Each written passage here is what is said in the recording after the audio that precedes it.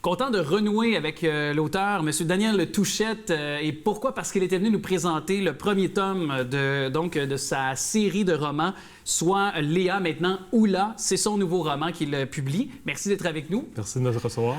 Pour faire un peu une rétrospective, donc peut-être nous faire le pont entre le premier Léa et maintenant Oula, nous faire un résumé de votre personnage central, de votre intrigue. Ouais. En fait, Ulla et Léa sont la même personne. Oui, exact. Ulla est le nom Ulla Svensson, donc de mon personnage principal. Donc l'histoire se passe 2 ans plus tard. Donc on retrouve Léa maintenant, qui a repris son nom d'enfance, Ulla, et dans sa poursuite là, pour retrouver son frère et pour mettre fin aux activités de Hades, le groupe de tueurs à gages qui kidnappe les gens. Et donc, j'ai l'impression, parce que pour quand même avoir suivi les 2 livres, on en avait parlé aussi lors du premier entretien, vous sembliez déjà très attaché à vos personnages. Est-ce que ça s'est encore plus défini dans l'écriture du deuxième tome? Oui. Ah oui, je suis très attaché à mes personnages, puis et même que c'est certain qu'à la fin du roman, j'aurai la possibilité d'explorer d'autres avenues, mais je pense que je vais rester dans le même univers. J'aime trop mes personnages. Parce que là, on se rend compte aussi qu'il y a Mathilde, la policière, qui est dévouée, très dévouée. On se rend compte aussi le jeune adolescent Maxime, donc, qui suit le personnage principal au fil de ses intrigues, de ses aventures. Je les sens comme présents, là aussi, encore plus présents dans cette série-là, dans Oula également.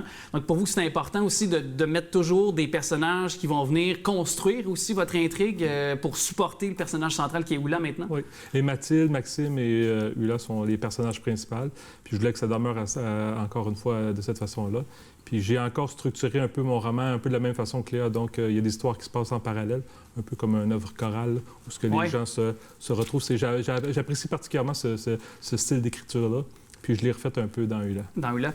Puis, est-ce que vous avez déjà en tête peut-être un volet 3, un volume 3, tome 3, ou peut-être un autre, dans le fond, peut-être construire une histoire à proprement parler pour Maxime ou pour Mathilde, les amener dans leur propre histoire à eux, leur propre série de volumes à eux, par exemple? Oui, j'ai une idée, puis je vais poursuivre avec un des personnages, comme vous le dites, qui va avoir son propre aventure, mais je ne spécifierai pas lequel. Il faut vendre de punch pour le deuxième vraiment. Je comprends très bien. Et est-ce que aussi le fait, parce qu'il y a quand même parfois un auteur qui s'abreuve de l'actualité, évidemment. Il y a eu beaucoup de cas de féminicide, malheureusement, ou de violence conjugale ces derniers mois, peut-être accentué avec la pandémie aussi. Là.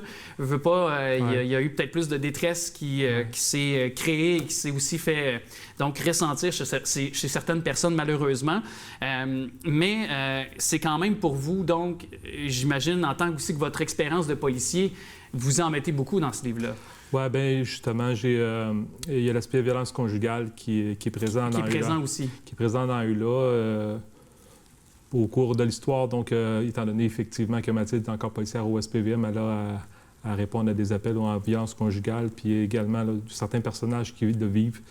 C'est important pour moi là, de faire ressortir l'importance de garder d'être aux aguets pour cette cause-là. Oui. Mais est-ce que c'était une pure coïncidence dans le sens que parce que vous avez écrit le livre avant ces événements-là récents ou des derniers mois ou déjà c'est...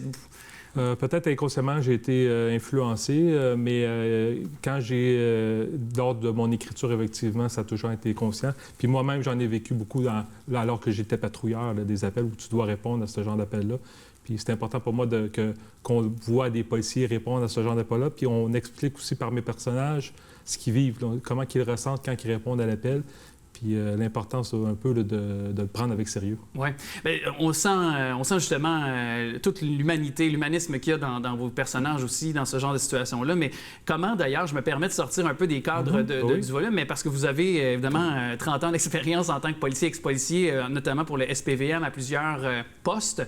Mais quand même, vous l'avez dit, vous avez été patrouilleur, vous avez été en première ligne. Comment on réagit ou comment on intervient dans ce genre de situation quand on arrive sur une scène, que ce soit de violence conjugale ou de féminicide, qui est terrible, j'imagine, pour toute personne? Bien, en fait, c'est d'avoir une approche en point d'humanisme, mais en gardant une impartialité toujours, donc garder son jugement de l'importance de bien analyser la situation quand on arrive, de regarder les éléments de preuve, puis d'intervenir rapidement. Souvent, les policiers ont quelques secondes pour prendre une décision rapide, mais par la suite, c'est vraiment de bien asseoir les décisions qu'on a prises sur des faits de loi et d'y aller avec la légalité d'intervention. Et tout le temps avec l'humanisme, puis en ayant conscience du besoin ou de l'importance de bien traiter la victime pour l'aider. Et est-ce qu'on a bien su, par exemple, la Sûreté du Québec, la SPVM, tout corps de police au Québec, est-ce qu'on a su s'adapter aussi aux nouvelles réalités, puis actualiser la formation des policiers depuis quelques années pour toujours être capable d'être meilleur en intervention, de mieux intervenir dans ce genre de cas-là? Bon, ça s'améliore toujours. Donc, la formation est tout le temps là. Mais je vous dirais que dès le temps où moi-même j'étais patrouilleur, puis là, on remonte quand même un certain temps, on l'avait déjà en conscience là, sur l'importance d'intervenir rapidement sur les cas de violence conjugale, puis il n'y a pas de banalisation. Donc, moi-même, quand j'étais patrouilleur, on le prenait au sérieux. Fait que je pense qu'on l'a toujours pris au sérieux. Ouais. Mais il faut quand même toujours être vigilant, puis au niveau de la formation peut-être, puis même au niveau de l'aide aux victimes, c'est ça qui va être important. Oui. Et donc, souvent, ce sont des femmes, Oui, malheureusement. Mais il y a quand même parfois des hommes aussi qui sont victimes, plus rarement, mais quand même, ça survient. Est-ce qu'il manque aussi, je me permets d'élargir la conversation parce qu'on a le temps, je pense que ça peut être pertinent de le faire aussi, mais est-ce que autant il y a des organismes de soutien pour les femmes, par exemple, de violence conjugale, mais est-ce que, autant pour ceux qui sont des hommes qui, malheureusement, violentent des femmes, est-ce qu'il y a assez de ressources pour eux également, peut-être pour en amont faire la prévention, pour ne pas aller à des actes qui peuvent être encore plus graves éventuellement? Moi, ce que je pourrais dire, c'est qu'il pourrait toujours en avoir plus. Il pourrait toujours avoir des ressources supplémentaires pour aider surtout les résidences où les personnes victimes peuvent être réfugiées. Ça, on peut toujours en avoir plus. C'est une importance. Oui, exactement, de part et d'autre. Non, puis effectivement, comme vous avez raison, il faut vraiment mettre l'emphase là-dessus. Puis oui, il y en a qui existent, mais est-ce qu'on pourrait en avoir plus, certainement? Parce que je me dis aussi, pour éviter ce genre de situation-là, je pense que vous saurez mieux que moi, en tant que professionnel, de dire que c'est la prévention qui doit être la solution. Le policier, surtout en mode au niveau des appels, le patrouilleur répond malheureusement quand le cas est fait. Oui. Mais il y a des éléments où il peut aller en amont, où ce qu'on peut faire de la prévention. Puis c'est pour ça qu'il y a l'importance quand les gens ont quelque chose, d'appeler le 911. Si on n'est pas sûr, on n'est pas certain, il ne faut pas hésiter. On appelle le 911, puis les policiers vont se rendre. Puis oui, à ce moment-là, les policiers pourraient peut-être faire de la prévention, puis aider les gens avant que quelque chose de malheureux arrive. En tout cas, c'est un livre qui nous amène à la réflexion au travers de votre personnage central, Lula. C'est très intéressant. On peut se le procurer où, d'ailleurs, en terminant? Bien, il est disponible dans la plupart des librairies qui sont affiliées au réseau des libraires. Donc, on en va sur le site des libraires, là, puis on a simplement à taper mon nom et celui du livre, et on y va, puis on va trouver à quel endroit se le procurer, ou en ligne, partout. Et c'est ça, ou sinon les éditions de l'apothéose.com qui sont... Également, on peut se procurer à cet endroit. Exactement. Bien, M. Daniel Touchette, merci beaucoup d'être venu nous parler. Merci de m'avoir reçu. Très content. À bientôt. À bientôt.